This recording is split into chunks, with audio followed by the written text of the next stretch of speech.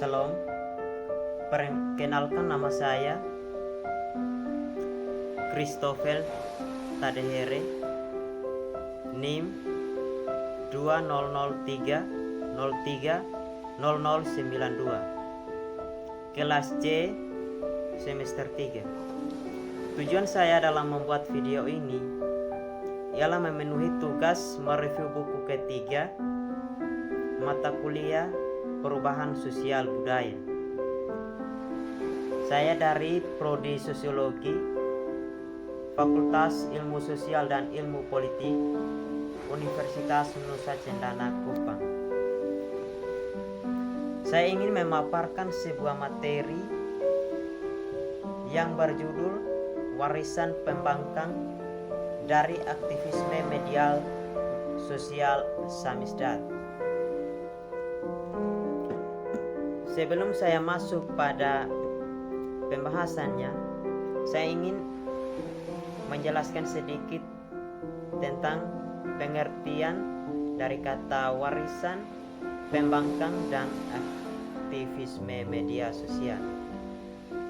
Kata yang pertama, warisan. Warisan adalah peninggalan yang ditinggalkan pewaris kepada ahli waris. Waris dalam pengertian bahasa Indonesia kebanyakan tidaklah sama dengan waris dalam Islam. Waris dalam budaya Arab dan Islam memiliki makna yang lebih luas. Misal, ilmu Freud yang menjadi paling mendasar dalam pembagian warisan ilmu antara yang wajib dan selainnya, misalnya doa wajib. Maka secara etimologi, warisan berasal dari bahasa Arab al-mi'raj. Dalam bahasa Arab adalah bentuk masdar infinitif dari kata warisan, yaitu waritsa, yaritsu, irsan, miratsan. Maknanya menurut bahasa ialah berpindahnya sesuatu dari seseorang kepada orang lain, atau dari suatu kaum kepada kaum yang lain. Kata yang kedua yaitu pembangkang. Menurut Kamus Besar Bahasa Indonesia ialah sifat atau perasaan yang cenderung menolak segala perintah yang diajukan kepada dia sehingga menimbulkan emosi terhadap orang yang memerintah tersebut. Lalu kata yang ketiga, aktivisme media sosial atau biasa dikenal dengan internet. Dikenal sebagai aktivisme online atau daring.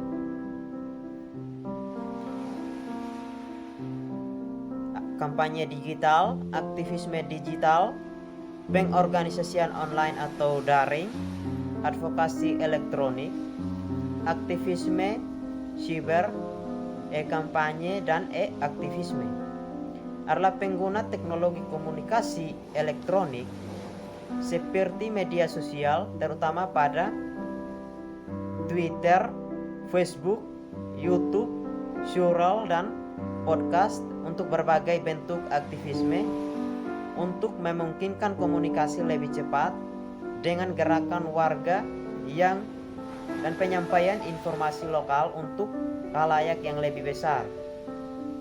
Teknologi internet digunakan untuk tujuan yang berhubungan dengan penggalangan dana, pembangunan komunitas, pelobian, dan pengorganisasian. Proses perkembangan.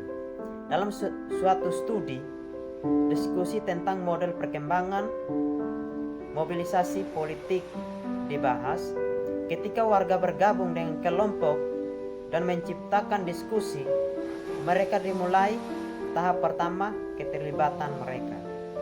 Makin diharapkan bahwa mereka akan mulai menandatangani petisi online dan lanjut ke kontak offline selama organisasi menyediakan warga jenjang langkah keterlibatan.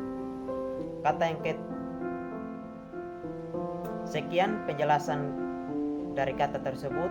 Saya ingin melanjutkannya pada pembahasan.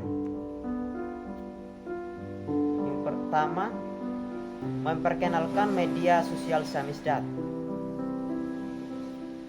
Imaginaries dan praktik media sosial samizdat, istilah atau media sosial sama dengan internet. Dan sebagian besar definisinya fokus pada komunikasi yang dimungkinkan oleh layanan web. Historisasi analogi media sosial. Media sosial digital dan samizdat berlimpah dalam beasiswa, ruang publik, dan bahkan wacana kebijakan luar negeri. Syarat dasar yang ditarik-tarik ini agak jelas. Aliran komunikasi horizontal yang didecensikan dan jaringan yang diderita oleh non-profesional, ekonomi berbagi, etos budaya alternatif yang dibangun di sekitar praktik penerbitan sendiri, dan peran media sosial sebagai infrastruktur. Pada awal dekade internet, sebagian besar analogi bertugas untuk menopang fantasi, sebagian besar emansipatori yang diinvestasikan di media digital kontemporer. Dengan warisan sejarah, tetapi karena masa kini teknologi adalah target yang bergerak bagi narasi-narasi pada era digital.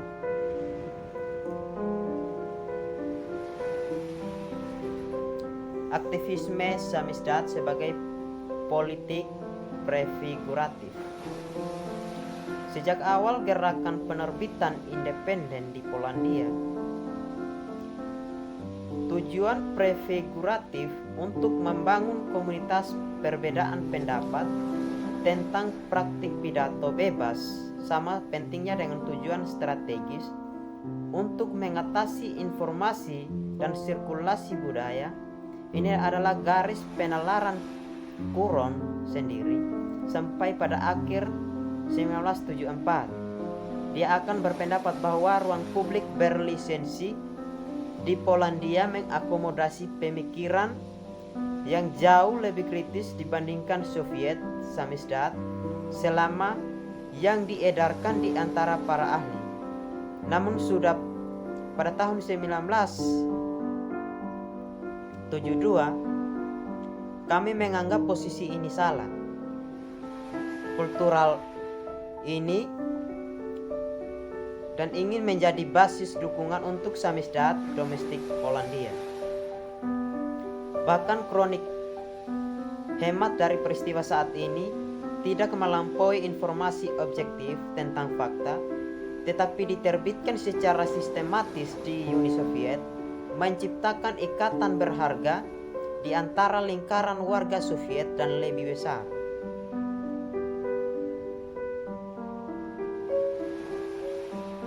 Masalah media solidaritas.